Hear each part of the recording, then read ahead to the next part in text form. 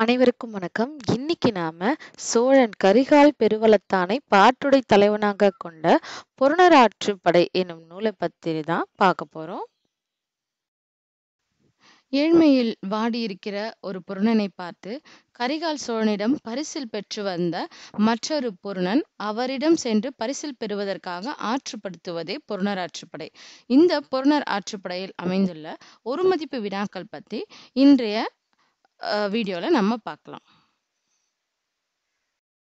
பொருணர் ஆற்றுப்படையின் ஆசிரியர் முடத்தாம கண்ணியார். பொருணர் ஆற்றுப்படை இந்நூலின் பாட்டுடை தலைவன் சோழன் கரிகால் பெருவளத்தான். பொருணர் ஆற்றுப்படையிலுடைய பாடல் அடிய அளவு 248. இந்நூல் ஆசிரியப்பாவால் ஆனது. பொருணர் என்பது மற்றவர் போல் வேடமிட்டு பொருந்தி நடிப்பதை குறிப்பது. வேடமிட்டு நடிப்பவர்கள் பொருணர்கள் என்று அழைக்கப்படுகின்றனர். ஏற்களமோ போர்க்களமோ பரணியோ பாடும் வேடம் தாங்கிய கூத்தரும் பொருணர் என்று அழைக்கப்பட்டனர். பொருணர் ஆற்றுப்படையில் வரும் பொருணன் போர்க்களம் பாடுவோன். பொருணர் ஆற்றுப்படையில கரிகாலனின் வீரம், கொடை, காவிரி நாட்டுடைய வளம், யாழ் வருணனை, பொருணர் இசை விழா, நெய்தல் தொழில், ஆடை நெய்யும் தொழிலை பற்றியது, விருந்தோம்பல், பாலையாழ் வருணனை, விரலி வருணனை, யாழிசை கேட்டு ஆரலை கல்வர்கள் தம் கொடுஞ்செயலை மறத்தல், இது போன்ற செய்திகள் இந்த நூல்ல குறிப்பிடப்பட்டிருக்கு. வெண்ணிக்கல போர்ல சேர பாண்டியர்களை வென்ற மன்னன் யாருன்னா சோழன் கரிகால் பெருவளத்தான்.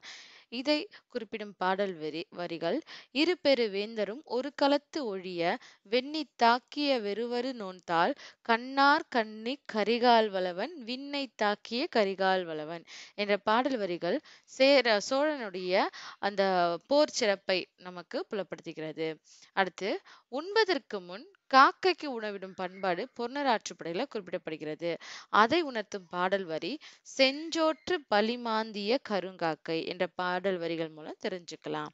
அடுத்து, நெய்தல் கலையின் அழகு, ஆடை நெய்யும் அந்த நெய்தல் கலையோட அழகை பத்தி பொருணர் ஆற்றுப்படை சிறப்பித்து கூறுகிறது. அதை உணர்த்தும் பாடல் வரி என்னன்னு பாத்தீங்கன்னா, அறவுரி என்ன அறுவை, அடுத்து கொட்டை கரைய பட்டுடை. இந்த பாடல் வரிகள் நெய்தல் தொழில் சிறப்பை பொருணர் ஆற்றுப்படை எவ்வாறு விளக்குகிறது என்ற கருத்தை நமக்கு புலப்படுத்துகிறது. இசைக்கலைஞர் தலைவன் ஏழின் கிழவன் ஏழிசை தலைவன் என்று அழைக்கப்படுகிறான். விருந்தினர் பிரியும் பொழுது கரிகால் சோழன் 7 அடி வந்து வழி அனுப்புவான் என்று சோழ மன்னனுடைய சிறப்பை இந்த நூல் அழகாக விவரித்து கூறுகிறது. அடுத்த ஒரு செய்தி என்னன்னு பார்த்தோம்னா, பொருணர்கள் பொல்லாத வழியில் செல்லும் போது வழிபறிக்கும் கொள்ளையில் ஈடுபட்டவர்கள் வந்து விடுவார்களானால் யாழை எடுத்து இனிய இசை எழுப்பினால் அந்த கொடிய கள்வர்களின் மனமும் மாறிவிடுமாம். இந்த செய்தியை விவரிக்கும் ஒரு அழகான பாடல் வரி என்னவென்றால், ஆரலை கள்வர் படைவிட அருளின் மாறுதலை பெயர்க்கும் மருயின் பாலை என்ற வரிகள் நமக்கு பொருணர் ஆற்றுப்படையில குறிப்பிடப்பட்டிருக்கு. அடுத்த ஒரு செய்தி என்னன்னு பாத்தீங்கன்னா, ஆடை நெய்தல் அந்த தொழிலை எப்படிலாம் சிறப்பித்து இந்த நூல் குறிப்பிட்டிருக்கிறத பார்க்கலாம். கந்தலுடுத்தி வறுமையால் வாடிய அந்த கலைஞர்களின் இன்னலை போக்கி சோழ அரசன் உயர்ந்த ஆடைகளை தருவானாம். அந்த ஆடை எப்படி இருக்குன்னு பார்த்தோம் என்றால், நூல் இடை சென்ற வழியை கண்ணின் பார்வை பின்பற்ற முடியாத அளவு அவ்வளவு நுண்மையானது என்றும் பாம்பு உரித்த தோலை போன்றது என்றும் அரசனால் தரப்படும் பட்டாடை புகழ்ந்து பேசப்படுகிறது. அதை விவரிக்கும் பாடல் வரி: நோக்க நுழைகல்லா நுண்மையை பூக்கணிந்து அறவுரி அன்ன அறுவை. இந்த வரிகள் மூலமா நம்ம தெரிஞ்சுக்கலாம்.